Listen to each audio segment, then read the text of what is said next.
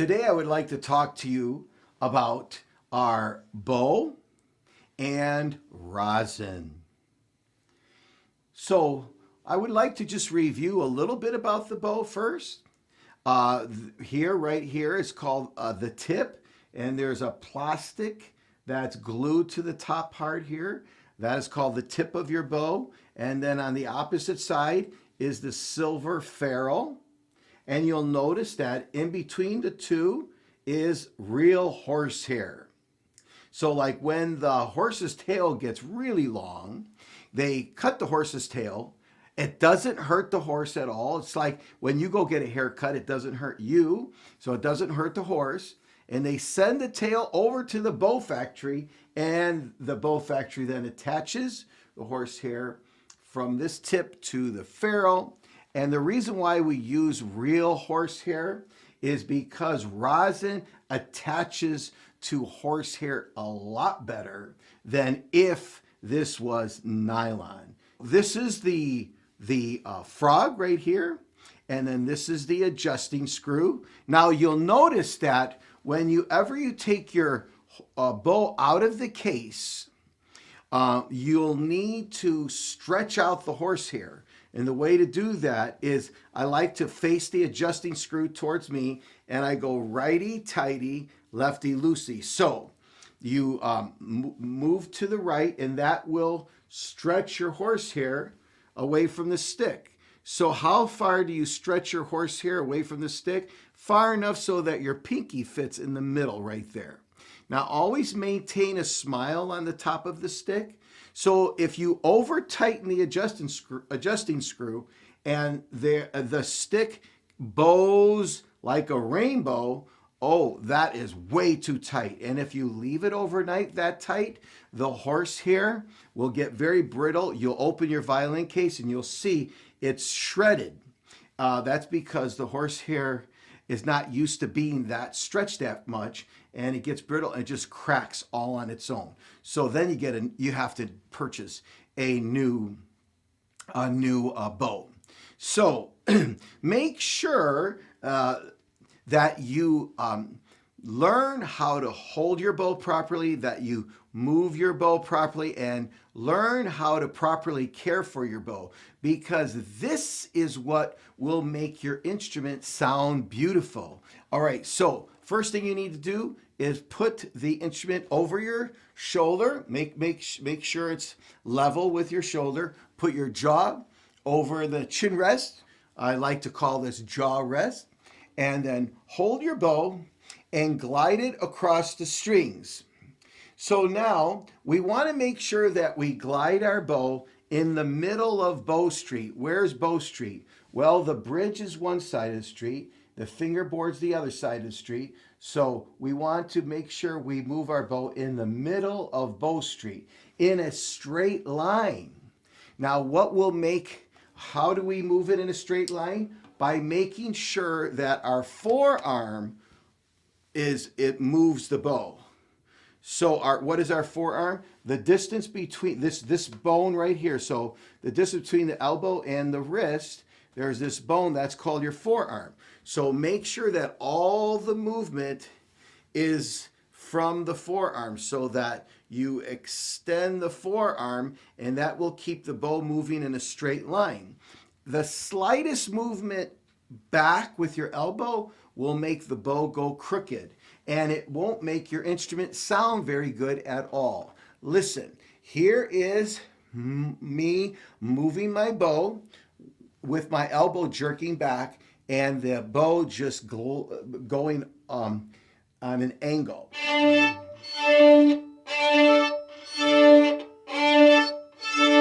Doesn't sound very good.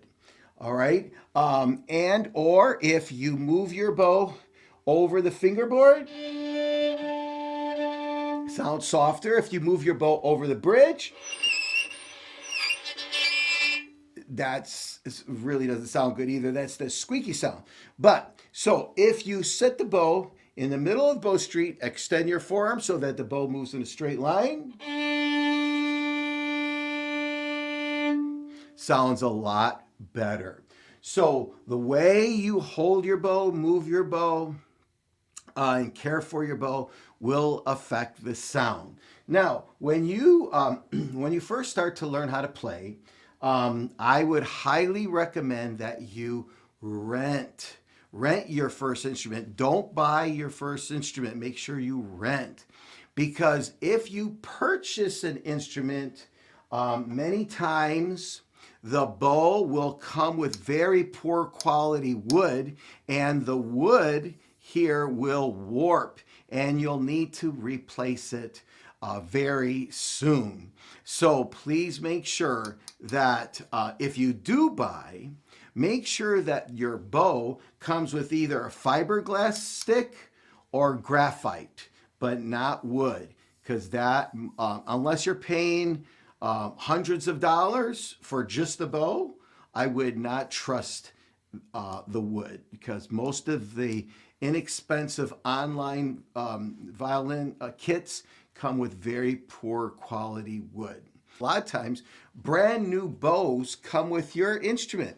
And when you get a brand new bow, it doesn't really make a sound. It kind of like makes a whistle sound, but it's not there's no rosin on the horsehair to grip the strings. You see, the rosin makes the horsehair sticky, so that when it grips the string vibrates and makes a beautiful sound. But this is a brand new bow, and it's not really making a very good sound. So we need to apply rosin to this bow. Rosin is tree sap. So if you ever noticed, if there's a storm and a branch accidentally falls off the tree, or if you notice a bird, a woodpecker, poking at the trunk of the tree, making a hole, you'll notice that there's sap coming out of the tree and trying to heal itself. Just like when you get a cut, there's a scab that grows over your skin. That scab is healing the cut, healing the wound. And that's what tree sap does. It heals the wound. And you'll notice that there's bees and birds and squirrels, ants that eat some of the sap that's coming up. But please don't you even think about eating tree sap, because lots of the tree sap is poisonous. So please, you don't want to do that. So rosin is sticky, and when you get your bow, you want to make sure that you care for it properly. Don't ever rub your hands over the horsehair, because your hands naturally contain oil. And when you rub your hand over the horsehair, those oils get on the horsehair, and the rosin will no longer stick to that oily section. And please don't let your little brother, your little sister play with the bow, because if they have food in their hands and they get the food on the bow, the rosin won't stick to that, and you'll end up having to purchase a new bow. So the rosin is similar to glass, and if you drop it, it will shatter. So a lot of teachers, orchestra teachers, will say that you need to scrape that shiny part off with like a key or something, so that the rosin will easily flake off and easily get on the horsehair. All right. So please be careful if you scrape this, that you don't dig into it too deeply, because then you compromise the rosin. I like to associate doing that to like a glass windshield. If your parent is driving down the highway and a rock hits the windshield, it'll make a pit. And of course, if it's not taken care of quickly, that pit then will start to crack, and the crack will then just expand through the windshield, and before you know it, you need to replace the entire windshield. We know that bears love to scratch. And we know that elephants love to scratch. And we know that cats love to scratch.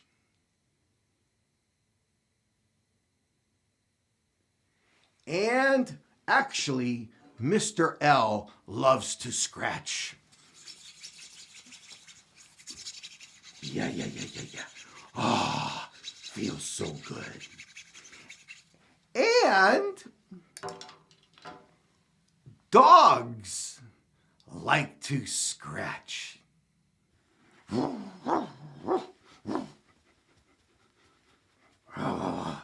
Oh, yes, that feels so good.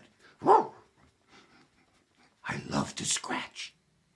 Now the question is, do we need to scratch our rosin? Ladies and gentlemen, this can only be answered by the great Ladini.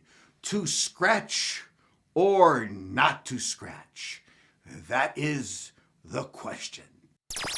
And now, ladies and gentlemen, boys and girls, kids of all ages, the great Ladini is here, and he is going to attempt the impossible, a feat that has never been done in human civilization. He will take the shiny cake of rosin. He will not scratch or scrape the shiny surface off, and he will attempt to rub the shiny cake of rosin over the horsehair to see if this will actually grip the strings of the instrument to make a sound. Now, watch before your eyes as the great Ladini rubs the shiny cake of rosin over the horsehair. The great Ladini is taking short strokes near the tip of the bow. Now in the middle of the bow. And now towards the ferret. No, not the ferret, silly. The ferrule on the bow. Now the great Ladini is gliding the rosin the full length of the bow. From the ferrule to the tip.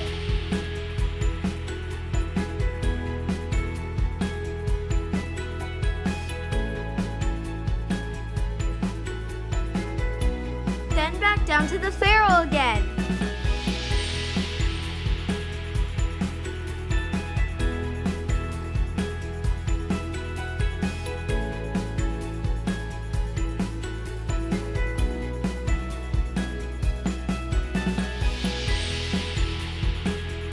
I did not scratch or scrape the rosin. Abracadabra, sawi kapowie, poof! Will the horsehair grip the strings? Will the instrument make a sound?